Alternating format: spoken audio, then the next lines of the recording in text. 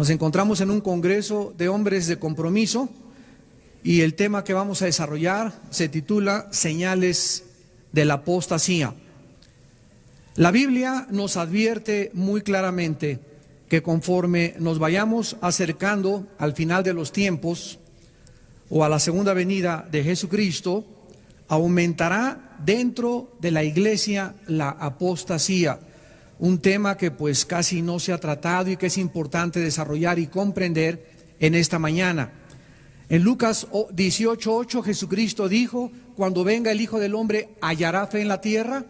Implicando que tal vez cuando Él venga no iba a haber una gran cantidad de sus seguidores, tal como pasó cuando Él se fue al cielo después de que lo crucificaran, que la mayor parte de las personas le abandonaron. En Mateo 24:12, Jesucristo vuelve a decir: por haberse multiplicado la maldad, el amor de muchos se va a enfriar. Y aquí la palabra maldad en el griego es anomia, que significa sin ley. O sea, Jesús está diciendo que la rebelión contra la autoridad va a aumentar. Y que por este aumento de la rebelión contra la autoridad, la palabra anomia, la maldad va a aumentar. O sea, va a entrar a la iglesia esta rebelión y va a hacer que muchos cristianos tengan un concepto mucho más pequeño de la autoridad, que va a hacer que su fe sea relajada totalmente. En 1 Timoteo 4:1 el apóstol Pablo le dice a Timoteo: porque el Espíritu dice claramente que en los últimos tiempos muchos apostatarán de la fe, escuchando a espíritus engañadores y a doctrinas de demonios.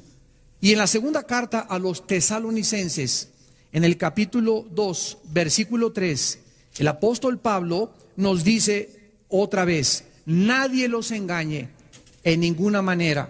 Está hablando acerca de la venida de Jesucristo, porque no vendrá sin que antes de que Jesús aparezca por segunda vez, vendrá la apostasía y se manifestará el hombre de pecado y el hijo de perdición. Aquí el apóstol Pablo está uniendo la apostasía, un movimiento en contra de la fe a nivel internacional, con la aparición aparentemente del hijo de perdición. Ahora, vamos a comenzar a definir en primer lugar qué es la apostasía, para continuar definiendo a los dos apóstatas que existen en el Nuevo Testamento, y en tercer lugar ver las causas de la apostasía o por qué la gente se aparta de la fe. En primer lugar, en 1 Timoteo 4:1, la palabra apostatar, en los últimos tiempos muchos apostatarán de la fe, es la palabra griega apistemi, que significa llevarse fuera, seguir otro curso, salirse del camino. Vamos a ver esta palabra en Hechos 5, versículo 37, que nos va a dar un poco más de luz. Dice Hechos 5:37: después de se levantó Judas el Galileo en los días del censo y llevó en pos de sí. Esta frase, llevó en pos de sí, es la palabra griega apistemi. Entonces nos damos cuenta que tiene que ver con salirse fuera o con la influencia de terceras personas que nos pueden sacar del camino.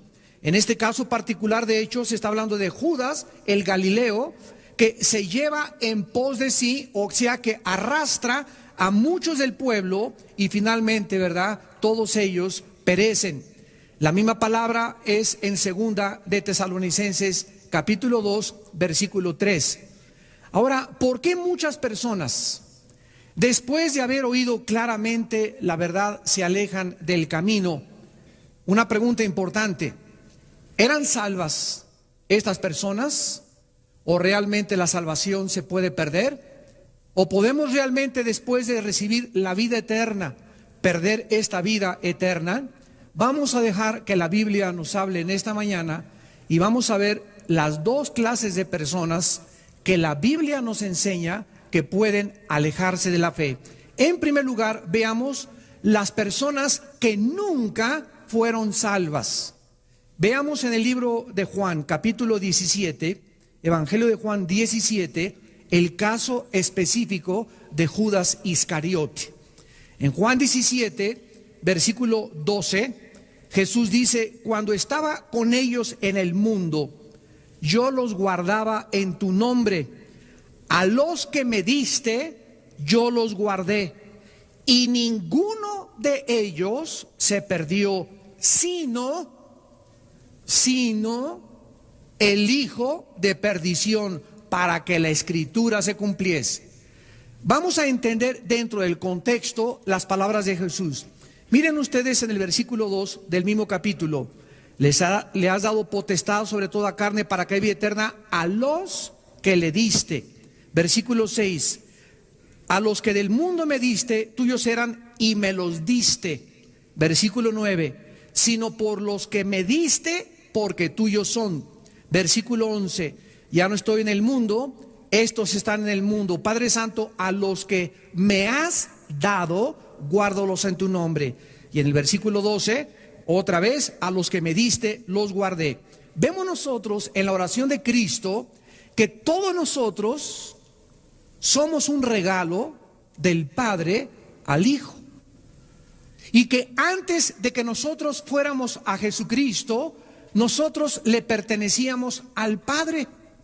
Y el Padre, sabiendo, ¿verdad? Desde luego no vamos a entrar en una teología profunda de la predestinación, nos tomó y nos dio. Somos la iglesia, somos un regalo, somos la novia que el Padre le trae a su Hijo Jesucristo.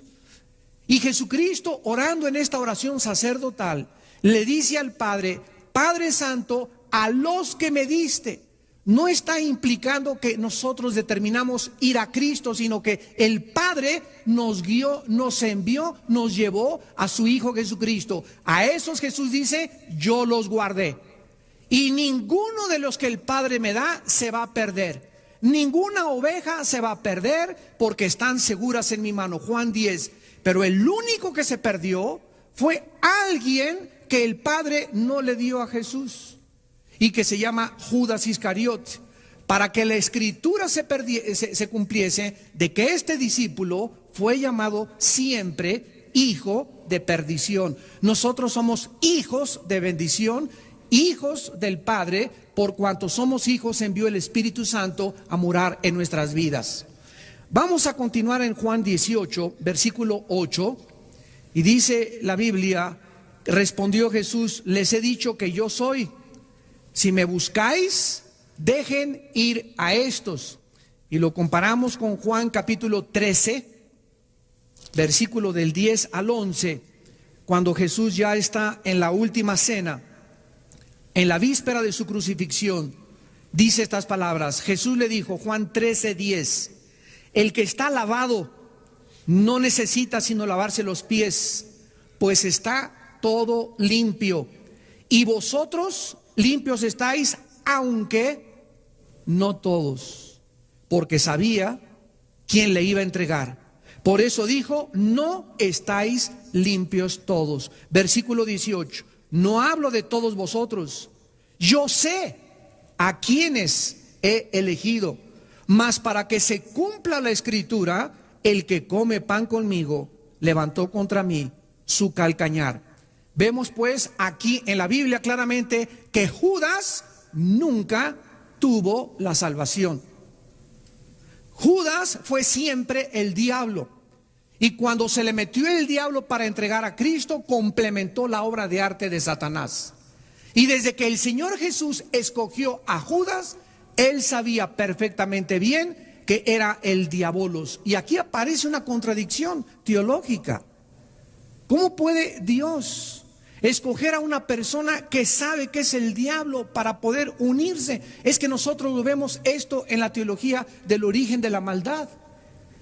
Nosotros creemos que el mal lo creó Dios, y el mal entró en el momento en que Dios le dio libertad a los seres para que pudiéramos escoger entre un camino y otro camino. Nosotros somos los responsables de la entrada. El mal, Dios creó la posibilidad de que el mal entrara al universo, pero nosotros somos los responsables de la existencia del mal en el universo, no Dios. Ahora, Dios lo sabía claro de antemano.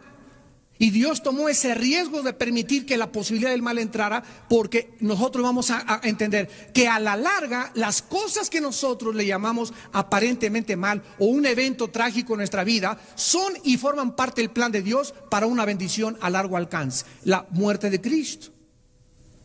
¿Quién hubiera imaginado hace 2000 años que la muerte de Cristo iba a traer algo bueno? ¿Cómo iban a imaginarse los discípulos ver a su maestro despedazado y crucificado y colgado en una cruz? ¿Qué bien podría salir de esta tragedia? Sin embargo, el peor evento de la historia se convirtió en el evento más bendito de la historia, porque gracias a la muerte y la tragedia de ese hombre, nosotros tenemos la salvación. Y lo que Satanás y lo que el mundo de la maldad creía en ese momento que era para la maldición y que era lo peor, como el padre abandonó a su hijo en la cruz, así como muchas veces nosotros creemos que el padre nos ha abandonado y está haciendo el hospital. Si Dios me amara, no hubiera permitido que yo estuviera enfermo. Acuérdate de Jesús. ¿Amó Dios a Jesús en la cruz? ¿O lo abandonó en la cruz? Lo abandonó en el momento en que cargó con nuestros pecados. Pero Él fue en un acto de amor que nos dio a Jesucristo. Y cuando nosotros atravesemos ese tiempo, debemos esperar eso. Dios nunca nos va a abandonar. De ese hecho, de esa hospitalización, de esa tragedia que acabas de atravesar, Dios va a sacar algo infinitamente superior. En el caso de Jesús, Dios a través de la Biblia nos corre las cortinas y nos permite ver lo que sucedió, una bendición. En el caso nuestro, muchas veces Dios no nos dice lo que está pasando cuando atravesamos en la vida, pero en ese momento nos dice: sigan confiando en mí. Decía David en el Salmo 56:3: en el día que temo, en ti confío. Nunca es nuestra confianza más grande en Dios que cuando no podemos explicar cosas que no tienen una lógica o un razonamiento elemental en nuestra imaginación o en nuestros pensamientos. Es muy fácil tener fe cuando todas las cosas existen. Es muy fácil decir 2 más 2 es 4. No hay ningún problema para creer que 2 más 2 es 4. Es muy fácil creer en el sol porque el sol al mediodía se pone. Pero en un mundo donde las cosas son en contra nuestra, es difícil la fe. Por eso la fe es algo que va en contra de lo que nosotros rodeamos y estamos acostumbrados a ver. Es confiar en Dios en medio de circunstancias adversas de nuestra vida. Y ahí es cuando nosotros verdaderamente experimentamos y nos damos a conocer de qué material estamos hechos. Veamos al apóstol Pedro hablando también en su segunda carta, en el capítulo 2, de estos apóstatas que nunca fueron salvos. No solamente nos vamos a quedar con Judas, vamos a ver varios ejemplos en el Nuevo Testamento para que no tengamos dudas al respecto. En la segunda carta de Pedro, sobre todo en el capítulo 2, se describe a los falsos maestros. Dice en el versículo 1: hubo falsos profetas, como habrá entre ustedes falsos maestros. Y es importante distinguir entre un falso maestro, un falso apóstol, un falso evangelista y un evangelista o un apóstol o un maestro que de vez en cuando hablan barrabasadas. Como Apolo, ¿se acuerdan ustedes que en el libro de los Hechos comenzó a decir quién sabe qué tantas cosas? Y Priscila y Aquila le llamaron aparte y le dijeron a Apolo: no es por ahí, es por aquí. Pero Apolos no podía ser considerado un falso maestro. Era un cristiano, era un predicador neófito, prematuro, que no tenía muchas bases y comenzó a entender mejor el camino de la salvación. Entonces, no, porque un predicador diga una tontería o porque alguien diga esta cosa, no necesariamente él es un falso maestro. El falso maestro, con el tiempo y con sus mensajes y por su fruto, se dan a conocer. Veamos a continuación. Dice en esta segunda carta de Pedro, el apóstol, que estos falsos maestros introducen, versículo 1, introducen encubiertamente, ¿verdad? Disfrazan sus herejías, sus enseñanzas, y que son destructoras, y niegan al Señor que los rescató, atrayendo sobre sí mismos destrucción repentina. Muchos seguirán sus disoluciones, por causa de los cuales el camino de la verdad será blasfemado, y por avaricia harán mercadería de vosotros con palabras fingidas. Pedro describe claramente que una persona que ama el dinero, Un hombre de Dios que ame el dinero, un hombre de Dios que cobre por sus servicios, está en camino de apostatar de la fe. Ahora que estábamos en esta cruzada la semana pasada en Tabasco, les decía yo al grupo de pastores que nos invitaron, nos hablan de Colombia, nos hablan allá de Venezuela. Hermano, queremos que vengan a traer una cruzada aquí a nuestra ciudad. ¿Cuántos son sus honorarios? Le digo, ¿de qué me están hablando? Sí, le estamos preguntando que cuántos son sus honorarios. Y les dije, ¿quién les ha cobrado honorarios? Porque el día que ustedes inviten a un evangelista que les cobre honorarios, no lo vuelvan a invitar. Es un mercenario de la fe. Está prostituyendo el evangelio. Un hombre de Dios no puede cobrar. Bueno, díganos en qué tipo de hotel quiere que lo pongamos. No les voy a decir, pónganme donde ustedes quieran. Yo primero tengo que asegurarme, voy a orar, de que esto es de Dios. No solamente agarro el teléfono y acepto la invitación, tengo que pedirle a Dios la dirección de que es de Dios. Y si es de Dios, Él proveerá. Y no me importa dónde me pongan ustedes, no me va a faltar ni comida. Y si me quieren dar ofrenda, dénmela. Y si no me la den, está bien también. Dios otro día me la dará por otro lado. Pero yo voy ahí a predicar el evangelio.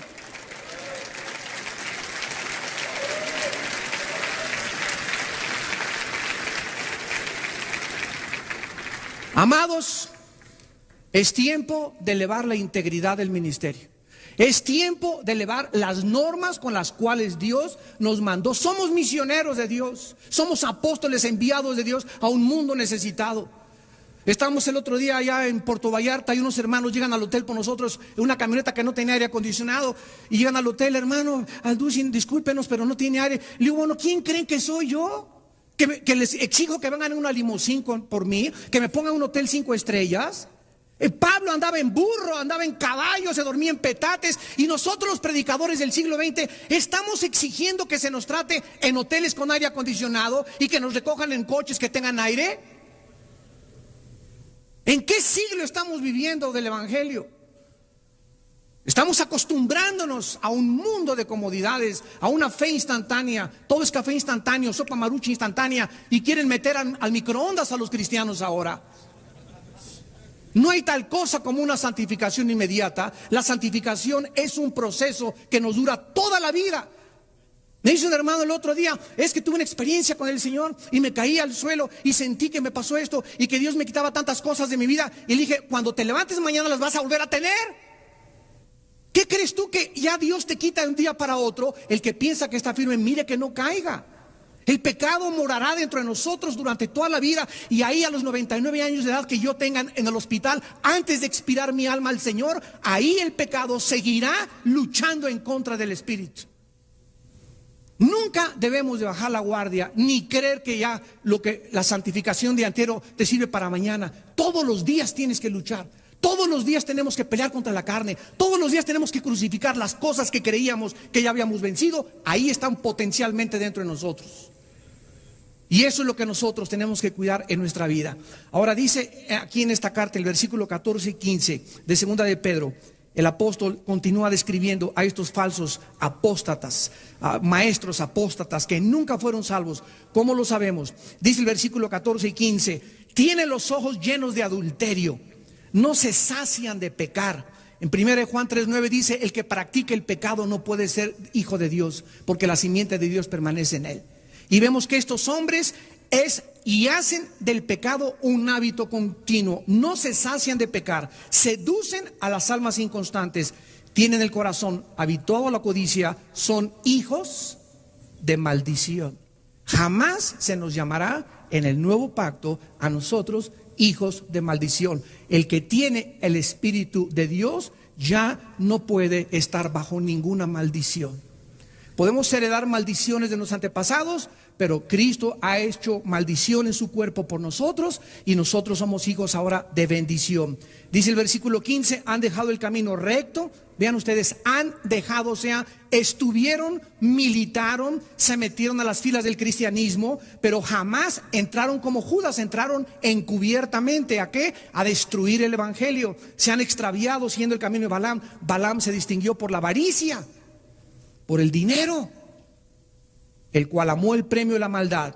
Y en el versículo 21 y 22, el apóstol Pedro concluye terminante y drásticamente. Mejor les hubiera sido no haber conocido el camino de la justicia que después de haberlo conocido volverse atrás del santo mandamiento que les fue dado. Escuchen el versículo 22. Les ha acontecido lo del verdadero proverbio: el perro vuelve a su vómito y la puerca lavada a revolcarse en el cielo, en el cieno. ¿Por qué el perro, cuando come algo y lo vomita, se lo vuelve a comer? ¿Por qué los gatos no hacen eso? ¿Por qué los rinocerontes no hacen eso? ¿Por qué los leones no hacen eso? ¿Por qué los pericos no hacen eso? ¿Por qué solamente el perro tiene esta característica? Pues porque es perro, ¿verdad? Si para que el perro no regrese a su vómito, se le tiene que cambiar su naturaleza. ¿Por qué el puerco lo bañas y le pones un perfume y le pones un listón y lo sacas? Dura 10 minutos y regresa otra vez al lodo, porque es su naturaleza.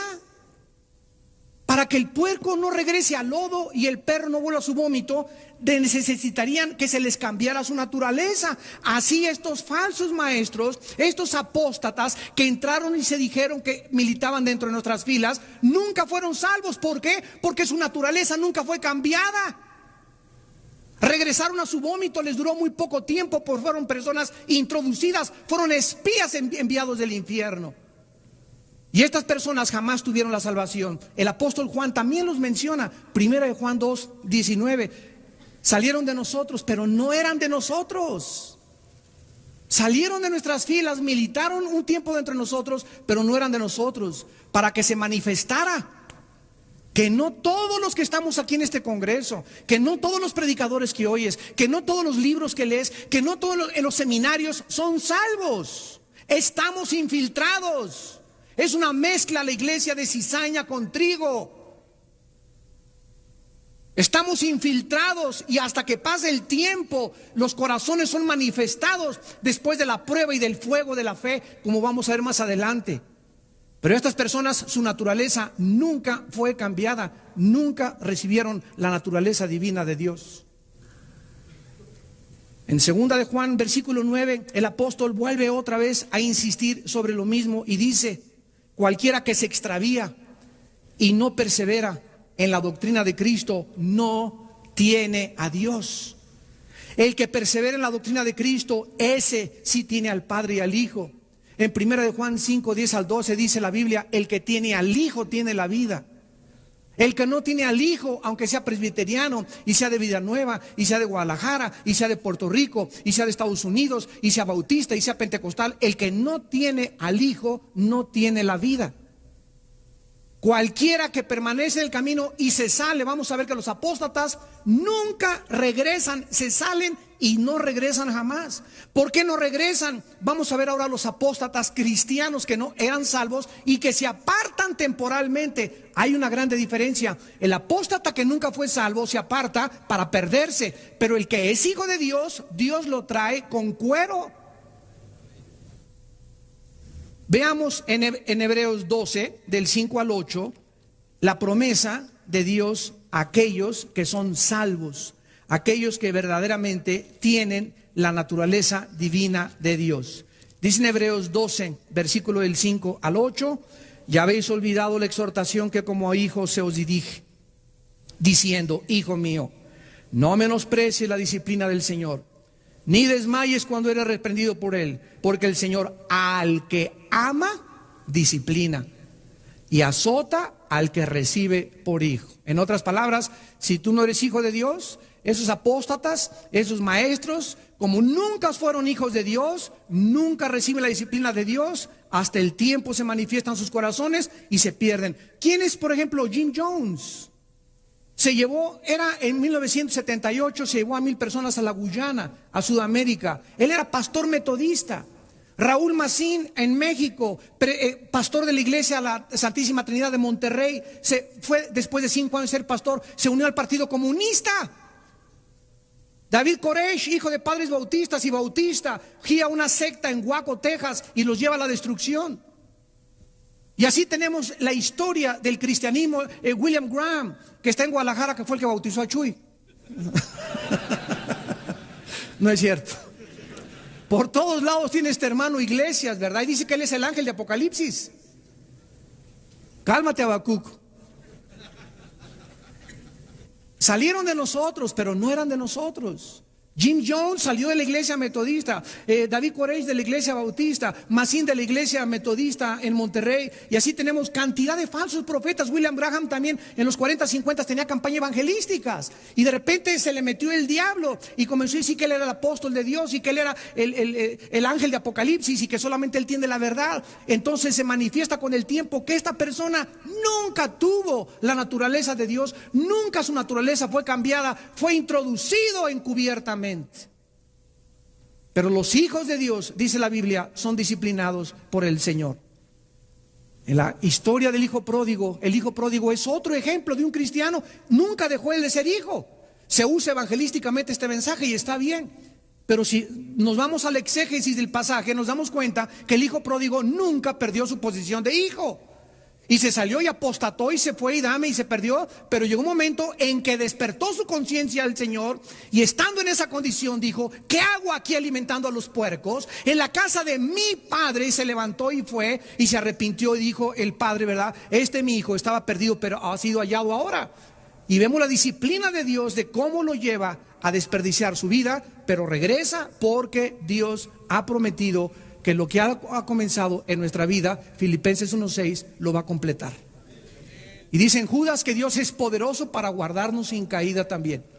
Y dice en Primera de Pedro que somos sostenidos por el poder de la fe. Mientras nosotros nos mantengamos confiando en Dios, Dios nos seguirá sosteniendo. Tenemos otro caso en 1 Corintios 5, del 1 al 5. Un cristiano vivía en fornicación con su madrastra. No tenían en esa época Timoteo, no tenían las cartas de Pedro, no tenían la información que tenemos nosotros. Y Pablo les dice: a ese muchacho sáquenlo de la iglesia y entréguenlo a Satanás para la destrucción de la carne, a fin de que el espíritu sea salvo en el día de Cristo. A fin de que el espíritu sea salvo en el día de Cristo. Y finalmente tenemos a Santiago, que nos dice en el capítulo 5, antes de despedirse de sus lectores, dice Santiago capítulo 5, versículo 19: hermanos, si alguno entre ustedes se ha extraviado, escuchen lo que dice hermanos. Está hablando a los hermanos que se han extraviado. Si alguno de entre ustedes, o sea, de entre los hermanos, se ha extraviado la verdad y alguno le hace volver, sepa que el que haga volver al pecador del error del camino salvará de muerte un alma y cubrirá multitud de pecados. ¿De qué tipo de muerte está hablando Santiago? Está hablando de la muerte física. El mismo caso de 1 Corintios 5 y el mismo caso de 1 Corintios 11. Los corintios tomaban la cena y por no discernir el cuerpo del Señor, ¿qué les pasó? Se enfermaron y se comenzaron a morir. La muerte física, dice la Biblia que cuando un hijo de Dios no entiende, Dios te lleva a casa antes de tiempo. Te puede llevar a casa prematuramente. Dios quiere que sigas en la vida, que testifiques, que hables del Señor, que tengas salud, que seas bendecido. Pero si tú estás en contra de sus leyes y te entercas, y Dios conoce tu corazón que no hay posibilidad de hacerte volver, Dios te lleva para que no sea blasfemado el camino de la verdad por tu culpa. Entonces hay cristianos que son personas que han abandonado el camino, pero si regresan. Y si el caso es extremadamente drástico, Dios se los lleva a casa. Ahora veamos a continuación las causas de este apartamiento de la fe, las causas de esta apostasía. En el libro de los Hebreos, capítulo 2, encontramos la primera: negligencia en el estudio de la palabra de Dios. Ojo, negligencia, apatía en el estudio, en la meditación, en la memorización de la palabra de Dios. Dice el capítulo 2 de Hebreos: por tanto, es necesario que con más diligencia atendamos a las cosas que hemos oído. En estos 2 días ustedes van a oír muchas cosas de la Biblia. Y Dios a cada uno de nosotros nos ha preparado para darles un mensaje, y todos necesitan lo que estoy hablando, lo que habló yo, lo que va a hablar el hermano Carlos. Todo está preparado por Dios. Somos hechura suya, creados en Cristo Jesús, las cuales obras preparó de antemano para que anduviésemos en ellas. Este congreso está preparado por Dios, y el Espíritu Santo lo que está hablando es exactamente lo que tú necesitas oír. Pero si tú en este congreso no atiendes diligentemente y paras el oído y verdaderamente en este congreso tú no te quebrantas y te humillas delante de Dios y haces que el Espíritu Santo pueda influir, infundirte esa vivificación que solamente nos puede dar, y tú te vas el domingo de aquí o el lunes de aquí, te perdiste una oportunidad que no sabemos si se te va a volver otra vez a manifestar. Muchos de ustedes, escúchenme, es la última vez que están escuchando la voz de Dios. Porque ninguno de nosotros sabemos si mañana en la mañana nos vamos a poner la corbata y vamos a amanecer. Es necesario que con más diligencia atendamos las cosas que hemos oído, no sea que nos deslicemos. La palabra deslizarse en el griego significa soltar las amarras. Y se usaba con los barcos que al llegar al muelle, ustedes se acuerdan que avientan una cuerda y amarran en un fierro ahí la cuerda para que el barco no se despegue del muelle mientras está desembarcando a la gente. Dice la Biblia en Colosenses, asidos de la palabra de la vida. Si nosotros no estamos anclados en la Biblia, si no estamos meditándola día y noche, si no verdaderamente tenemos una pasión, un ardor, un amor, algo que ha impresionado profundamente nuestra vida con la Biblia, es posible que te comiences a soltar, porque la única ancla y amarra que nos mantiene aquí en esta vida es la fe en la palabra de Dios. Por eso dice la Biblia que es la batalla de la fe. La batalla del Golfo Pérsico se llamó batalla del Golfo Pérsico porque estaba de por medio el dominio del Golfo Pérsico. La Primera y la Segunda Guerra Mundial se llama Primera y Segunda Guerra Mundial porque estaba de por medio el poderío mundial. Y se llama la batalla de la fe porque está de por medio la fe. Es por lo que debemos de pelear, por la fe. La fe es el centro de nuestra lucha, el centro de nuestra militancia. Y si nosotros abandonamos esta fe, es algo que Dios nos ha dado y que nos ha dicho: Armando, te doy esto para que lo guardes. Guarda el buen depósito, le dice Pablo a Timoteo, y vas a pasar por lobos, y vas a pasar gente que te van a querer sacar esto. El diablo va a querer sacarte esto, y el día que el diablo te saque esto, te sacó todo. Puedes perder tu casa, puedes perder tu familia, puedes perder tu salud, pero nunca pierdas la fe. Porque es lo único que nos sostiene, es lo único que nos guarda del poder de Dios. La fe. Creer verdaderamente lo que Dios ha dicho es verdad. Dice en el versículo 2, porque si la palabra dicha por medio de los ángeles fue firme, y toda transgresión y desobediencia recibió justa retribución, ¿cómo escaparemos nosotros si descuidamos una salvación tan grande? Muchas gentes han dicho, bueno, aquí dice que perdemos la salvación. Aquí no está diciendo que perdemos la salvación. Aquí está diciendo, ¿cómo vamos a escapar si descuidamos una salvación? ¿Cómo vamos a escapar de qué? ¿Cómo vamos a escapar del juicio y la disciplina de Dios a nuestra vida? ¿Tú crees que te le vas a escapar a Dios de que Él te discipline? Por eso dice, ya se te olvidó que Dios es tu Padre y que te va a cuerear. Y si tú obedeces por las buenas con la palabra, no hay ningún problema. Pero si no obedeces, Dios dice, Dios al que recibe azota por hijo. La palabra azotar en hebreos es castigar físicamente. Dios prefiere mandarte al hospital, a la cárcel, que pierdas un ojo, que pierdas una pierna, que pierdas un brazo, antes de que te pierdas. Porque Dios sabe que es terrible que alguien se aleje de Él. Porque las personas que se alejan de Dios son las que más sufren en esta vida. Vemos en Hebreos capítulo 5 lo mismo que el apóstol Pablo, o el que escribió la carta a los Hebreos. Casi todos están de acuerdo en que fue Pablo el autor. Dice el versículo 12 de Hebreos 5, porque debiendo ser ya maestros, esto es para muchos de ustedes, hermanos, que en esta mañana tienen 5 años en Cristo, 8 años en Cristo, 10 años en Cristo, y jamás en su vida le han enseñado, participado, comunicado algo a nadie, ni a tus hijos. Ya deberías en tu casa tener un estudio bíblico tú y enseñar la palabra de Dios. Debiendo ser ya maestro, después de tanto tiempo, tienes necesidad de que se te vuelva a enseñar cuáles son los primeros rudimentos de la palabra de Dios, ¿Cuáles son los primeros rudimentos de la palabra de Dios? ¿Cuál es el A, B, C de la Biblia?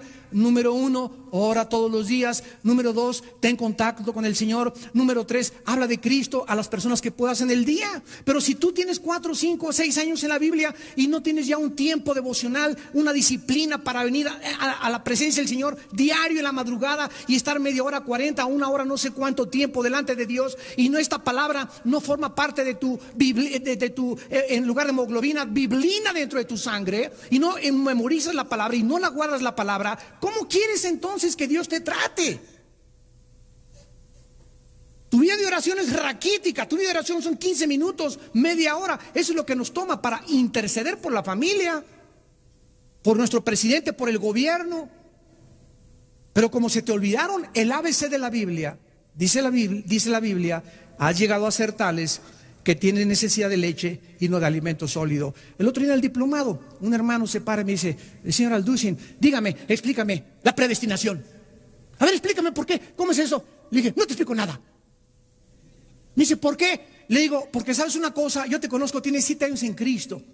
Y tú quieres ahorita entender la predestinación y el origen del mal y la explicación del mal. Y existen respuestas en la palabra de Dios, porque la palabra de Dios refuta argumentos y toda altivez que se levanta contra su nombre, llevando cautivo todo pensamiento a la obediencia de Jesús. Pero tú no estás en posición de que te lo explique.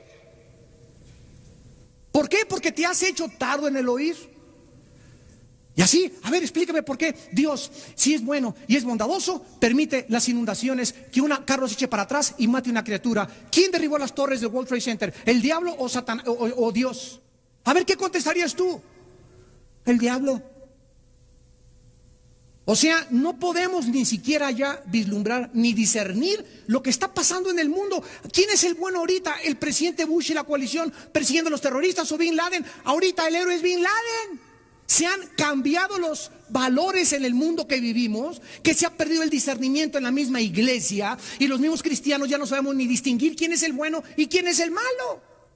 Y Isaías nos advierte en capítulo 5 y nos dice: ay de los que a lo amargo le dicen dulce, a lo dulce amargo, a lo bueno malo y a lo malo bueno. Y los medios de comunicación y la presión de CNN y de los noticieros hacen que tu vida se llene del concepto del mundo, cuando nuestros pensamientos no son formados ni moldeados por el mundo, sino por Dios. Y ya los cristianos no saben si Bin Laden es como el Che Guevara, y al ratito hay un pastor ahí con un retrato de Bin Laden arriba de su cama. Increíble, pero cierto, es el mundo en que estamos viviendo. ¿Y todo por qué? Porque comenzamos a abandonar la palabra de Dios. Dice el versículo 13: el que participa de la leche es, ¿qué cosa? Inexperto. Entonces, el ateo, la palabra de Dios es una espada, ¿verdad? En Efesios 6. Inexperto, ¿qué significa? Imagínense a un niño de 6 años con una espada contra un espadachín. Y el espadachín se llama el pastor de los mormones. Entonces viene un mormón contigo, o viene un testigo de Jehová, o viene un ateo, o viene un evolucionista, o viene un científico con un mazazazo así tremendo, y tú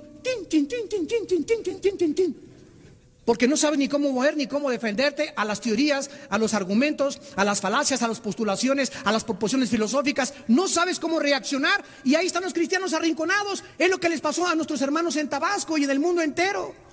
El mundo intelectual nos está arrinconando, y es tiempo en que la iglesia ahora correteemos a los ateos y les presentemos a la televisión que este libro es más congruente y tiene más lógica y tiene más evidencias científicas que todas las barbaridades de Walter Mercado.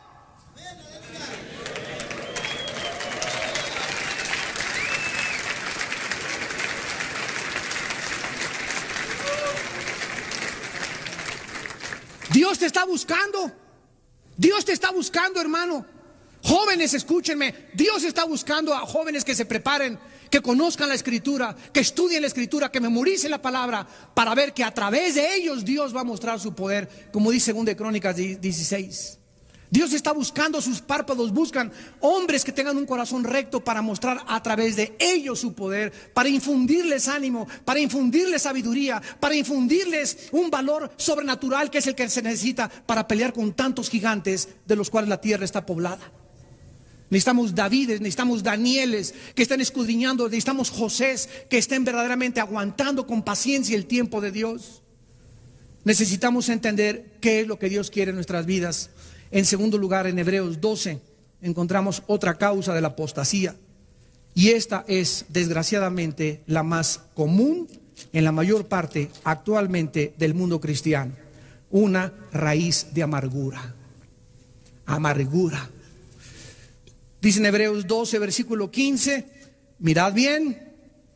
Esta frase, mirad bien, significa que en la iglesia tenemos que estar así, con los ojos abiertos, cuidando, velando. Antes que nada, miren. ¿Qué se nos manda? Cuidar.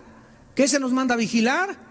No sea que alguno entre tu familia, entre tus hermanos, pastores, lo que sea, alguno deje de alcanzar la gracia de Dios. Es increíble que en la vida cristiana un cristiano deje de alcanzar la gracia de Dios. Ahorita vamos a explicar a qué tipo de gracia se refiere. Que brotando alguna raíz de amargura les estorbe y por ella muchos sean contaminados.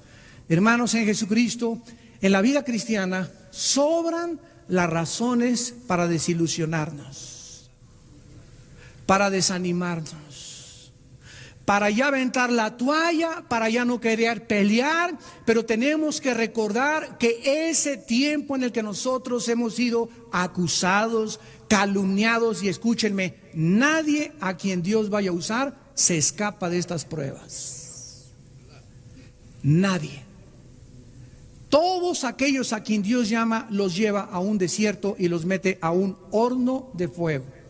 ¿Quién es un líder? Un líder es una persona que pasó la prueba de la persecución, pasó la prueba de las calumnias, pasó la prueba de la desilusión, y son etapas en la vida. Y cuando sale de todas esas pruebas, el líder sigue así: hola, gloria a Dios, aleluya. No se le nota ni se le ven huellas de que el horno ni el fuego quemó ni sus botones. ¿Por qué? Porque en todas estas pruebas que el líder pasó, Jesús estaba con él. Esa es la grande diferencia.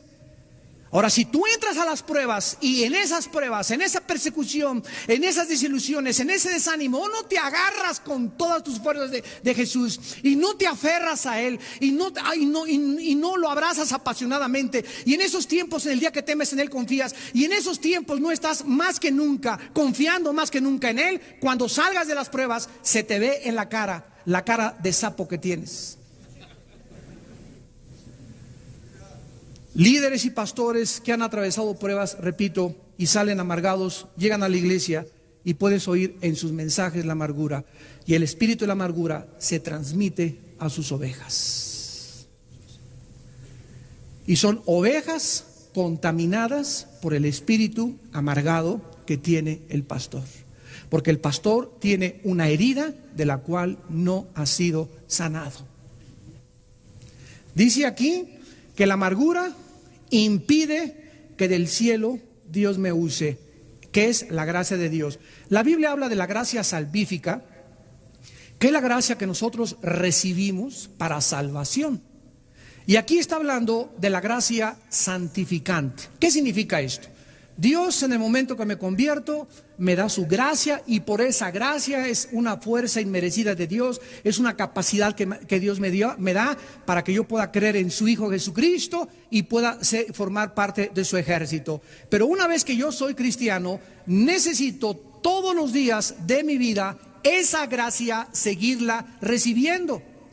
¿Y qué es esta gracia? Apunta a la definición: es la capacidad que Dios nos da para que podamos hacer su voluntad. Es la capacidad o la habilidad que Dios nos da para que podamos hacer su voluntad. En otras palabras, ser padre de familia es imposible sin la gracia de Dios. Presentarme delante del presidente Fox, en 3 semanas vamos a estar con él para preguntarle los programas de televisión, la programación. Si yo me presento delante de Fox y no voy con la gracia de Dios que me respalde, no voy a encontrar gracia ante sus ojos. Educar a mis hijos y darles consejos es imposible si no tengo la gracia de Dios. No podemos levantar este edificio porque Jehová, si no es el que levanta el edificio, en vano estamos construyendo. Si Jehová no vela la guardia, aunque traiga guardaespaldas y carros blindados y ametralladoras, de nada me sirve. Si no es Él el que está obrando y operando en mi vida, todo lo que estoy haciendo a mi alrededor es vano. ¿Y qué es lo que impide que esa gracia llegue a mi vida la amargura. En ese momento, el rencor que tú tienes contra alguien que te lastimó, que habló mal de ti, aguántalo y perdónalo. Perdónalo 70 veces 7. Perdona y sigue perdonando. Ayer llegó un hermano ya grande, Armando, fíjate que mi esposa me dijo de cosas, le hablé por teléfono y le dije que era una piruja, que era una prostituta, y me dijo, no vengas a la casa en 3 días a dormir. ¿Qué hago? Le dije, número 1, respeta lo que tu esposa te dice, porque si tú le insultaste, violaste un mandamiento de Dios. Yo no te voy a decir exactamente las consecuencias o los resultados, pero te voy a decir lo que la Biblia dice. Dios quiere que tú en esta noche le hables por teléfono y le digas, mi vida, estoy arrepentido, estoy quebrantado, perdóname por lo que te dije y quiero decirte que si me dejas ir a dormir a la casa. Y si ella te dice no, le dices en qué hotel vas a estar y con quién te vas a acostar para que no tengas sospechas de que te fuiste con otra mujer. Me dice, pero es humillante. Le dije, eso es lo que Dios quiere que hagas, que te humilles después de haberle insultado y agredido y haberle roto, porque es un vaso frágil ante los ojos de Dios. Le dije, ya los resultados mañana no sé cómo va a reaccionar tu esposa, pero tú te vas a tener que quebrantar por un buen tiempo, porque la has lastimado muchísimo. Y Dios dice que cualquier hombre que tiene una relación equivocada en su matrimonio, Dios no escucha tus oraciones. 1 Pedro 3:7.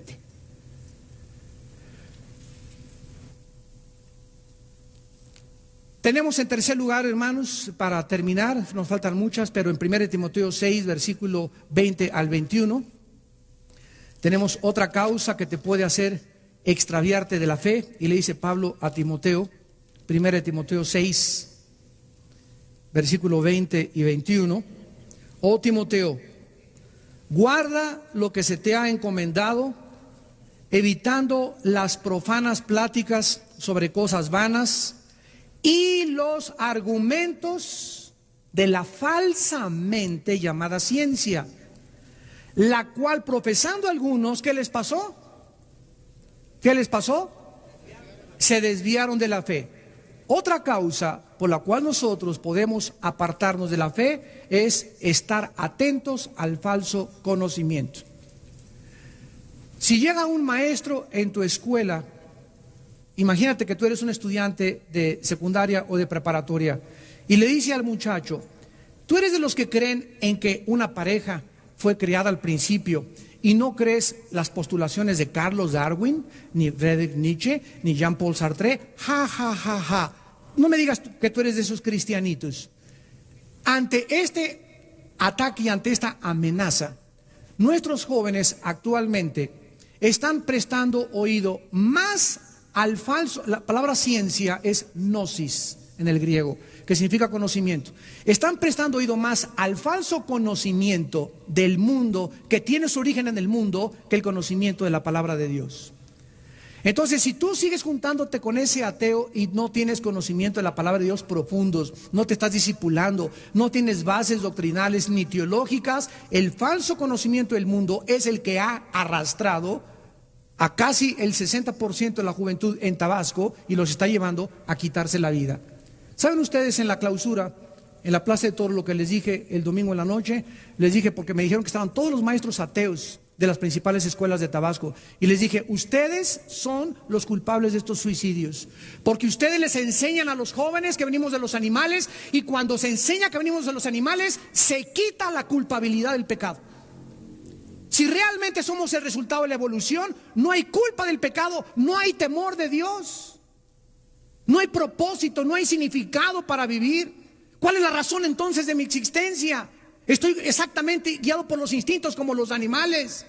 Si somos el resultado de unas sustancias químicas que produjeron materia viva, entonces, ¿quién nos explica el origen de la vida? Porque la evolución no tiene una sola prueba científica. Una sola no existe. Darwin dijo, el día que se pueda producir de sustancias químicas materia viva, en ese momento se comprobaría mi teoría. Jamás se ha podido comprobar eso. La complejidad de una célula es infinitamente superior a la más grande computadora, chips y cosas tecnológicas que hayamos hecho en el mundo. Una sola célula. Decía Carlos Sagan, el ateo, hace 2 años antes que se muriera. Sí, de ahí la palabra, vieron la película Contacto. La película Contacto es el libro de Carlos Sagan. Y es resultado de sus investigaciones. Sagan dijo antes de morir: si yo recibiera un mensaje del cielo y podría comprobar que es del cielo, podría estar seguro que Dios existe. Sin embargo, Sagan no sabe que no solamente hemos recibido un mensaje, sino que el mismo Dios bajó en la persona de Cristo hace 2000 años. Ahora, ¿qué mensaje hemos recibido del cielo? Miren ustedes. ¿Saben ustedes cuál es la última evidencia que Dios nos está dando científicamente a los cristianos para demostrar que la Biblia es la palabra de Dios? Los códigos secretos de la Biblia. ¿Saben ustedes de qué les estoy hablando? De que una persona, un hermano, Rafael Bayán, en San Antonio, Texas, comenzó a ver la Biblia en el Antiguo Testamento y comenzó a descubrir que cada 14 letras, o sea, se brincaba cada 14, cada 14, cada 14, cada 14, cada 14, cada 14, aparecía la palabra Yoshua HaMashiach, profeta, rey y sacerdote. Cada 14 letras. Esto se llama letras equidistantes y se llama código. Este hombre mandó este descubrimiento a Canadá al jefe de los rabinos en Canadá, un judío no mesiánico, que cuando comenzó a leer el libro de este hermano, comenzó a escudriñar la Biblia y se convirtió al cristianismo. Y ahora este rabino, el jefe de los rabinos judíos en Canadá, está en las calles de Canadá predicando a Jesucristo como el Mesías. ¿Saben ustedes de qué les estoy hablando? Miren, hagan de cuenta que lo que es un código. Los códigos comenzaron a descifrarse en la Primera Guerra Mundial. Yo estoy en la cárcel, mi esposo está afuera y le quiero mandar un recado que no quiero que nadie lo intercepte. Es lo que está haciendo Bin Laden. En eso le mando una carta a mi esposa: ¿cómo estás? Muy bonita, bla, bla, bla, bla. Pero le digo a mi esposa: cada cuarta letra, sácala. Cada cuarta letra, sácala. Cada cuarta letra, sácala. Y ahí está verdaderamente el mensaje que te quiero enviar. Entonces nadie puede saber que cada cuarta letra se encuentra un mensaje en código. Código es un lenguaje en secreto, escondido, que nadie puede descifrar más que las personas que lo desarrollaron. Entonces Dios escondió en la Biblia códigos secretos solamente para demostrarnos, como dijo este rabino, jamás nosotros que somos los maestros de la Torah, o así lo asumimos, hubiéramos imaginado esto es sobrenatural. Cuando se encontró en código también el nombre de Hitler, se encontró el nombre de Auschwitz, que es el nombre de los campos de concentración donde mataron a millones de judíos en Alemania. Se encontró el nombre de Himmler. Y estos no son coincidencias. Ahora, una cosa importante: nunca los códigos que están descubriendo hablan del futuro, sino de cosas pasadas. En eso hay que tener cuidado. Que en el código dice que va a pasar esto, no le creas. Que un terremoto, no le creas. Que Cristo viene, no es cierto. Hay falsos profetas de códigos también. Pero nos damos cuenta que Dios ha encerrado el verdadero conocimiento que se encuentra en la persona de Jesucristo. Tú no puedes enfrentarte a un ateo y decirle: oiga, ¿por qué es ateo? Les voy a decir, el 90% de los ateos, son ateos por amargados. Porque no pudieron, como el dueño de CNN, la cadena de información más grande del mundo, Ted Turner. A los 17 años se muere su hermana de cáncer.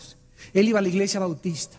No puede, sus pastores no le dan respuesta, no se enfrenta con el problema del sufrimiento teológicamente, y al morirse su hermana de cáncer, decirle: padre, ¿por qué no la salvaste? Si tú eres un Dios que no salvaste a mi hermana, no mereces que yo te sirva. Y se volvió ateo, Ted Turner, o sea, nunca fue cristiano, y es el enemigo más grande del cristianismo actualmente. Se casa con una muchacha, la reina de los aeróbics, Jane Fonda. La muchacha Jane Fonda se convierte hace 4 años a Jesucristo. Ted Turner le dice: o tú o Cristo. Le dice Jane: see you later, alligator. Ahí nos vemos.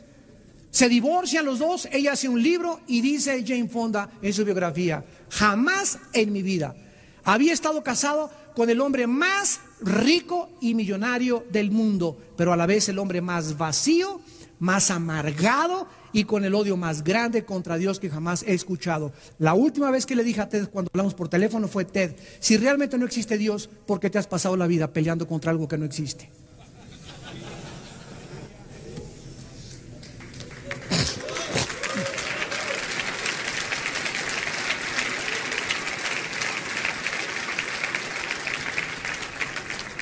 Señor, te damos las gracias por tu palabra. Somos sostenidos por tu poder mediante la fe. y además es nuestro escudo. No podemos darnos el lujo de vivir en el mundo que nos rodea con el escudo bajado. Somos tus soldados que vamos de paso por un territorio ocupado por el enemigo temporalmente, pero que por tus profetas los hebreos escribiste que esta tierra nos sería entregada al final. Y tú la ibas a restaurar y la cambiarás y harás cielos nuevos y tierra nueva, en los cuales morará la justicia. En aquel día podremos decir con todo nuestro corazón que las aflicciones, los sufrimientos, las desilusiones y las pruebas de esta vida en nada son comparables con las glorias que se manifestarán a nosotros. En aquel día será como haber entrado a un hotel de paso y haber pasado una sola noche mala comparado con lo que nos espera. Oh Dios, necesitamos en México, Señor, un grupo de varones. Sabemos que nunca serán muchos, será un pequeño remanente, pero los pequeños remanentes son los que tú usas en tu poder. Danos un pequeño remanente de hombres en México, Padre, íntegros, que amen la justicia y que amen la piedad, que en sus corazones haya honestidad y que hablen siempre la verdad en su corazón, que no engañen a su prójimo y que aún jurando en daño suyo no por eso cambien. Estos son los hombres que tú estás buscando. Hay muchos de ustedes que han llegado a este congreso desanimados, desilusionados, y Dios te trajo a cargar tus baterías, a decirte que Él es el que te infunde ánimo y fuerza para vivir. Y en esta noche, en esta mañana en la que tú tal vez te has alejado de Dios, te has estado enfriando sin que tú te des cuenta, con el peligro de extraviarte y de apostatar, dile a Dios en tu corazón en este momento: Señor mío y Dios mío, he comprendido que es un lujo no vivir cerca de ti, porque separado de ti jamás nunca podría hacer nada.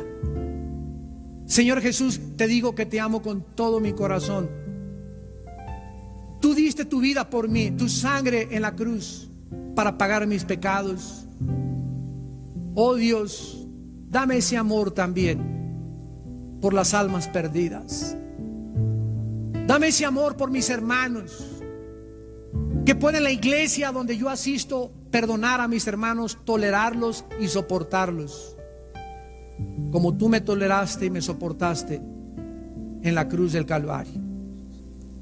Dame la fuerza, Señor, para vencer y no hacer caso cuando la gente habla mal de mí.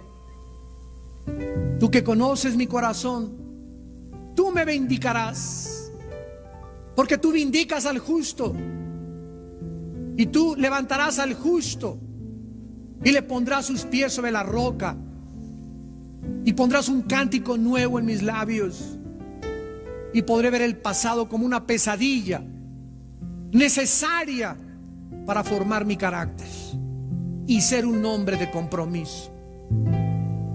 Señor, te doy las gracias en esta mañana por tu perdón, porque no quiero volverme a alejar de ti, porque en estos tiempos lo único que me sostendrá será tu presencia. En el nombre de Jesús. Amén.